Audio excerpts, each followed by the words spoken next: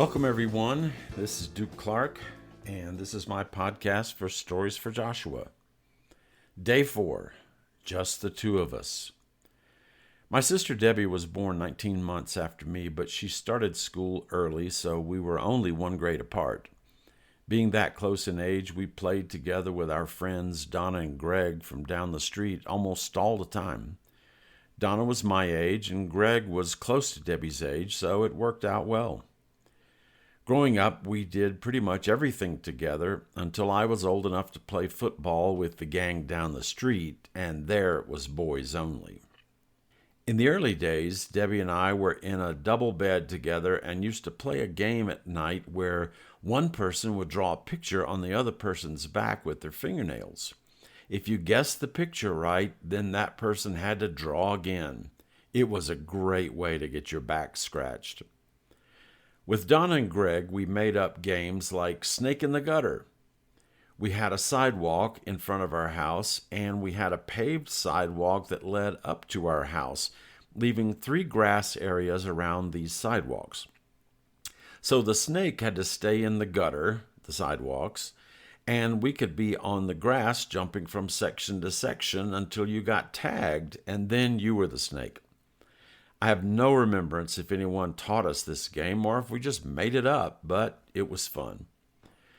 There were also games like No Bears Out Tonight. Someone would be the bear and they would go hide. Then the rest of us would skip around the house singing, No bears out tonight, Grandpa killed them all last night, and repeat that over and over until you rounded the corner and there was the bear, who jumped out, growled, and chased you down and tagged you. Then you were the bear. There was also Red Light, Green Light, another favorite, along with Hopscotch, which we drew in chalk on the sidewalk, and the always favorite Kickball, if we had enough neighbors to join us. In the summer, we would play until the street lights came on, barefooted every day, which meant at least 1 or 2 bee stings a summer. We would be a mixture of sweat, dirt, and more sweat from head to toe by the end of the day because it was humid in Greenville, North Carolina. For the most part, it was a carefree childhood until the night came and our parents would fight. Daddy would drink, and at some point there would be a disagreement, sometimes just yelling, but sometimes much worse.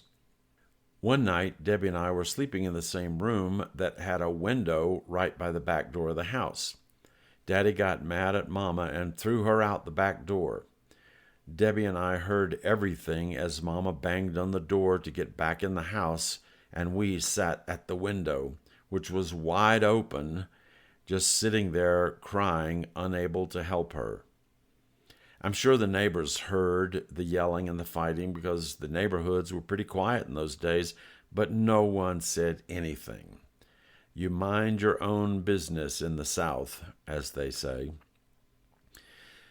When I started writing Stories for Joshua, I made sure that the children in that family had parents who loved them and cared for them.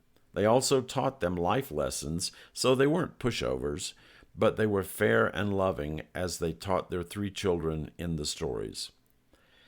I had a respect for God as a child, and we all went to Sunday school and church except for Daddy. However, I really didn't know God until later, or have a real connection with Him at that time. In my stories, I made sure that Joshua and his siblings were all connected with God from an early age. So I hope you get a chance to listen to them and see the adventures that they have with God. Well, that's it for this session, and I will do another one tomorrow and talk more about what was going on in my life. So thanks for listening.